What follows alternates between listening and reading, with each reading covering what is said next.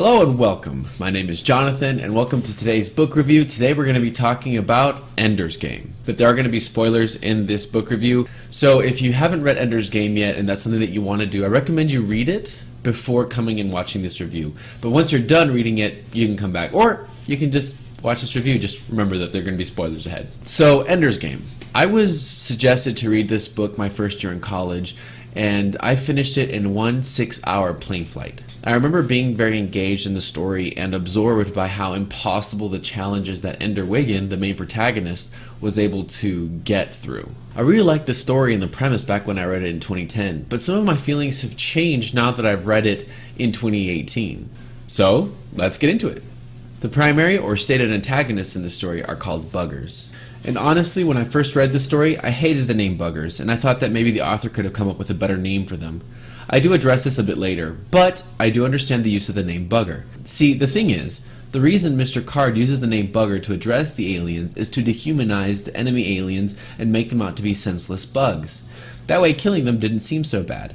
Historically, this is a powerful tactic because tyrants can use this to ease genocide, hence bugger. I get it, but I don't have to like it. It achieves its purpose in naming these aliens buggers, so I guess that's okay. The story, which I will warn you now, is young adult, but like my Mortal Engines review, link in the description, it's not tropey or typical. And honestly, it's a pretty mature content in their children dying and in kind of brutal ways. And maybe at the time when I read it, it was a little bit mature for my taste because it were children. Because if it had been adults, maybe I'd have a different outlook on it or a different perception. So I don't know if them being children, if the main characters being children affected my idea of it being mature or not. The story begins with Ender being bullied by these group of boys. This isn't the first time, and he knows it won't be the last, so he beats the living shit out of the biggest bully, nearly kills him, kicking the bully as hard as he can while he's down, making sure he would never be able to come back and hurt him for revenge. He also makes sure that the other boys egging the bully on would never forget to leave Ender alone. Therein lies the theme for the entire novel. I appreciate a good setup for the theme in the first chapter, which was well done on Mr. Card's part. So Ender's the third child in this family, and he belongs to a society that thinks that parents should only have 2 children. Hence, he is called and labeled the third. The reason his parents were allowed to have him was because of the promise of genius in his older siblings, Peter and Valentine. Ender is selected for battle school while Peter and Valentine, however, cannot. This being because Valentine is too nice and Peter is too psychotic. Ender is the perfect combination of the two. This stirs Peter to jealousy, and he is evil to his younger brother, whereas Valentine takes her role as guardian of Ender and has a fondness grow between them. Ender, thanks to his genius, is put into a battle school to prepare and become a master tactician in general to fight the aliens, the buggers. Humanity went to war against them long ago and nearly went extinct.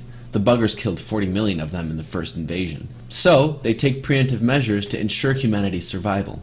Most of the novel is spent in this battle school. Mr. Card makes it clear that Ender makes more enemies than friends, and even though members of the hierarchy secretly admire his ability, they want to see how far they can push him, even if it means hurting him gravely. During this time, the theme presented in the first chapters is repeated and so interestingly summarized in this quote. "In the moment when I truly understand my enemy, understand him well enough to defeat him, then, in that very moment, I also love him. I think it's impossible to really understand somebody, what they want, what they believe, and not love them in the way they love themselves. And then, in that moment when I love them, I destroy them." Damn. So how do the hierarchs of this battle school push Ender? Well, by putting him in a group with other children and pitting them against each other. In these 0G gladiatorial style fights, the objective of the fights was to freeze all soldiers of the enemy team, or to have 4 soldiers place their helmets on the 4 sides of the enemy's gate and have the 5th soldier enter. So, from the very beginning, Ender is revealed to be a superior tactician, and before long becomes leader of the squad, called a Toon, in the battle rooms. The caveat being that Ender's superior intellect makes him susceptible to isolation, rivalry from his peers, harm, especially physical harm, from his enemies, and intense pressure from the adults at school. All this being encompassed by the alien threat they are all preparing for. The battles change as the adults of the school make the challenge harder and harder for Ender, and while it is interesting to see how Ender succeeds despite these unfair challenges, it is also a little ridiculous. Ender never loses, and personally, I can't relate to a main character that never loses, even if the excuse that is given is, well, he's just so smart.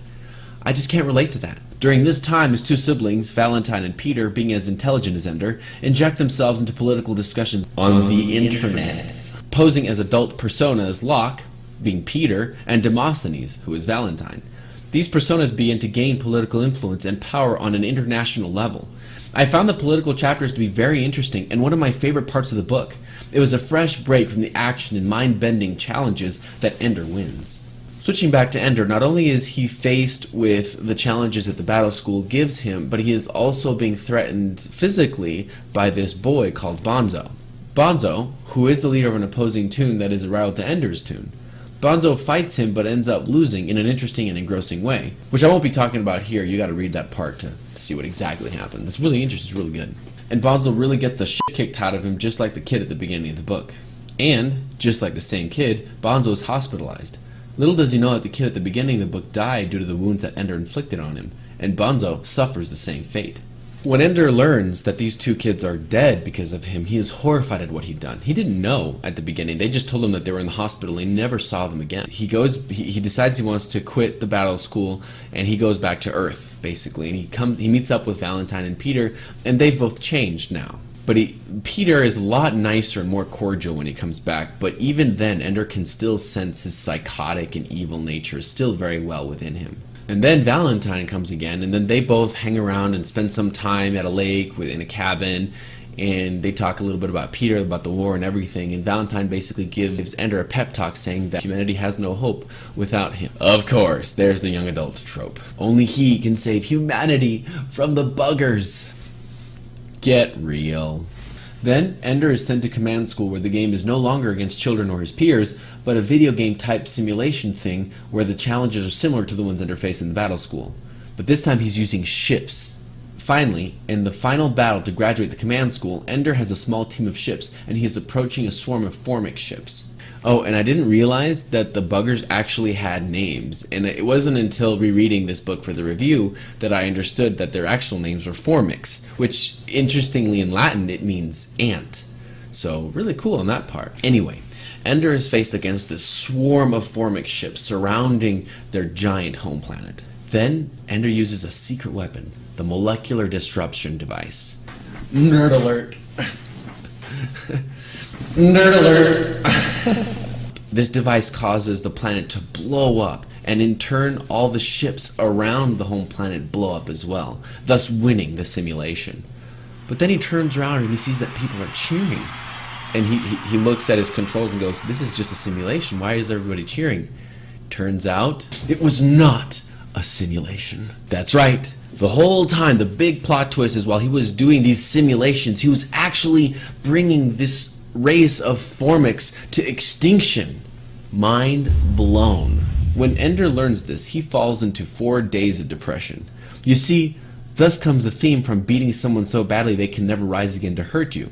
But then Mr. Card subverts his own theme that he established, and this is where it confuses me a little bit. You see, it turns out Ender didn't destroy all of them. He then finds the larva of the Queen Formic, takes her from planet to planet, looking for a place for her to begin anew with her own species. And while he's doing this, he's preaching peace from this book called The Hive Queen, which he wrote. And the whole time Valentine is with him spreading this message of peace. And it's a very, I guess, humanitarian way. He's just trying to find a place to leave the queen. And at the end of the book, it finishes by one of the last sentences is, and he was said to be looking for a long time. It's like Ender kills 2 kids of his own race in order to protect himself. He didn't know he'd done it, but that doesn't stop the fact that he actually did kill them. But then he saves the Queen Formic in an effort to not see her species eradicated. Look, I get it. You may say the Formics swore never to attack humanity again. And I say words are wind. What's to stop them from going back on their word? What's to stop them from establishing their race once more and then thousands of years down the road coming back for massive retribution? They did it once, they could do it again. So Ender's being dumb here, I think. The only reason the Formics didn't destroy humanity the first time is because they didn't realize they were sentient. They didn't realize what they were doing until it was a little bit... until humanity was almost extinct. which is honestly a good plot point. I love that because I've never read that anywhere else before, where the aliens didn't even realize humans were sentient, so they went about destroying their planets, and then they're like, oh, shit, these people can think and feel and are sentient. So then they backed off, and they swore never to attack humanity. But again, it's like, well, now that they know that humanity is sentient and can almost wipe them out, what's to stop them coming back in the future? I don't know, it's just not very thematically consistent. I could see the argument that Ender didn't want to kill those kids, nor did he really want to kill the Formics. He was more interested in understanding them. It's only that thematically there was a little bit of an incongruence, and I mean, it's okay. It's alright. So that's basically it. I didn't talk about some other details that I could have mentioned just for the sake of time, but overall, I enjoyed it, though not as much as I did the first time. You see, the first time I read this book, I was so captured by the original plot that I just, in one sitting, I finished this book. But by the end, I was a little disappointed. The plot twist is well worth your time, and it is greatly executed, but the conclusion is just too nicely wrapped up. I mean, after reading this book, I have zero interest in going to read the other books, and there are 4 other books. So, and this is one of the problems with having your endings being too nicely wrapped up. You have to have a balance between a cliffhanger ending and then one that's just summarizes everything really well. And I don't know, I probably won't be reading the other books. There are a lot of original and interesting concepts that Mr. Card comes up with. But the problem is Ender really doesn't change throughout the story. Sure, he goes through what I call pseudo changes. And what I mean by that is some of the choices and decisions that he makes in the simulations or in the battle school would have been very different if they meant real death, like what they sometimes did. If he had known that the simulations were really genocide, he would have died if he knew he was orchestrating the extinction of an entire species. So there really wasn't much of a change there. I mean, he was shocked and depressed afterwards, but did he ever really become bloodthirsty? Did he ever start liking to kill things? No, from the very beginning it's the same thing. He didn't want to hurt these people. So he's pretty much the same character at the beginning of the book as he is at the end of it, and that means no arc. Ender is a flat character. Each character in the story is flat. It's very flat, underdeveloped. They're a representation of their tropes, and there isn't much difference between them. All the bullies are entirely interchangeable. There isn't any characteristic that defines them other than, well, this guy's a bully, or this guy is the friend, or this guy is the short, hard-headed one that hates being called short. This happens all the time, and it's kind of annoying, it's kind of boring. Young adult is riddled with things like this, and it's no surprise to find it here, really. One interesting theme that I did find in this book was delving into Ender's psyche. There's this mental game at the battle school, and it also has to deal with simulations, and this really just is a simulation.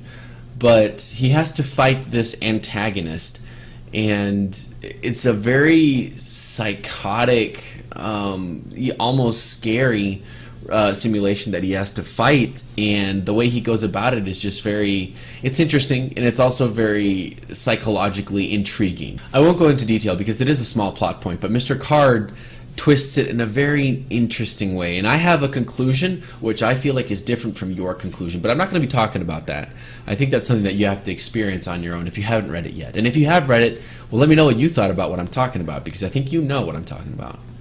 You know. So overall, I give this book a 6 out of 10. I enjoyed it, and it was a refreshing book considering it's YA. It had no love triangles, and that's kind of a problem because even though I really hate insta-love, I really hate love triangles, there is none of that at all in this book. Now, I like a little bit of sexual tension in my stories, but the only prominent female in Ender's Game is Valentine, and that's her sister, and I stay away from that shit. Though this book is hailed as a science fiction must-read, it definitely has a cult following. A lot of people really don't like this book. Doing research for this review, I came across a lot of people that just did not like it. A, because it promotes children playing video games, or B, because it depicts children smarter than adults. Now, I kind of understand it, especially the latter, because young adult does that a lot. It depicts children as just being these brilliant masterminds, and adults are just bumbling idiots. And I get that, but take a chill pill and relax. This really isn't that big of a deal, and I've saw a lot of people getting really upset at this book.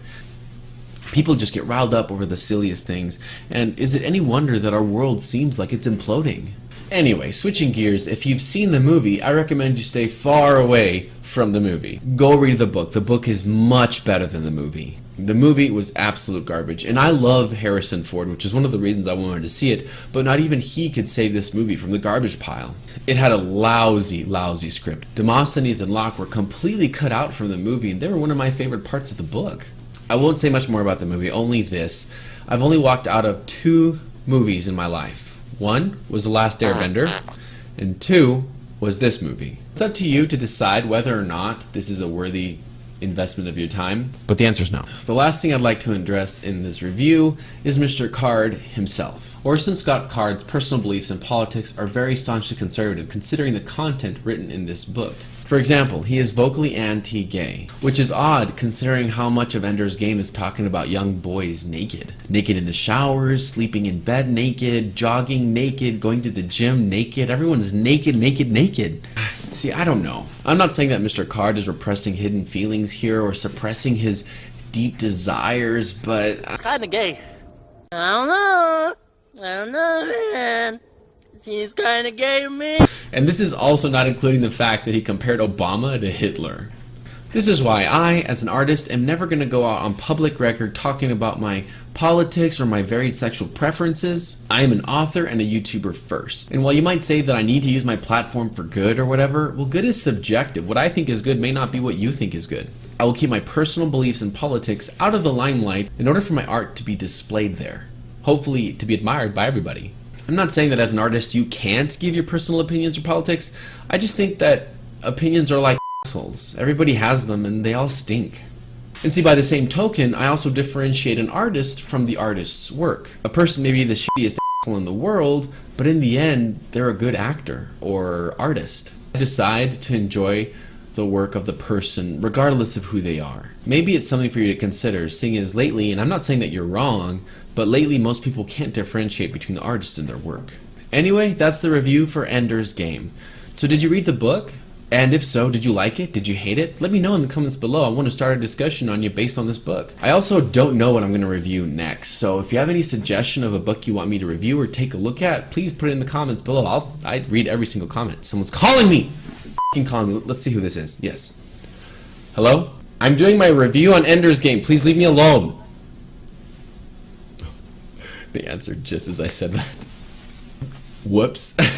I'm also thinking about taking requests for books that are horrible, that are garbage, and just doing funny reviews, just trashing that. Let me know if that's something that you'd be interested in watching. I don't know. We'll see, I guess. You calling me again?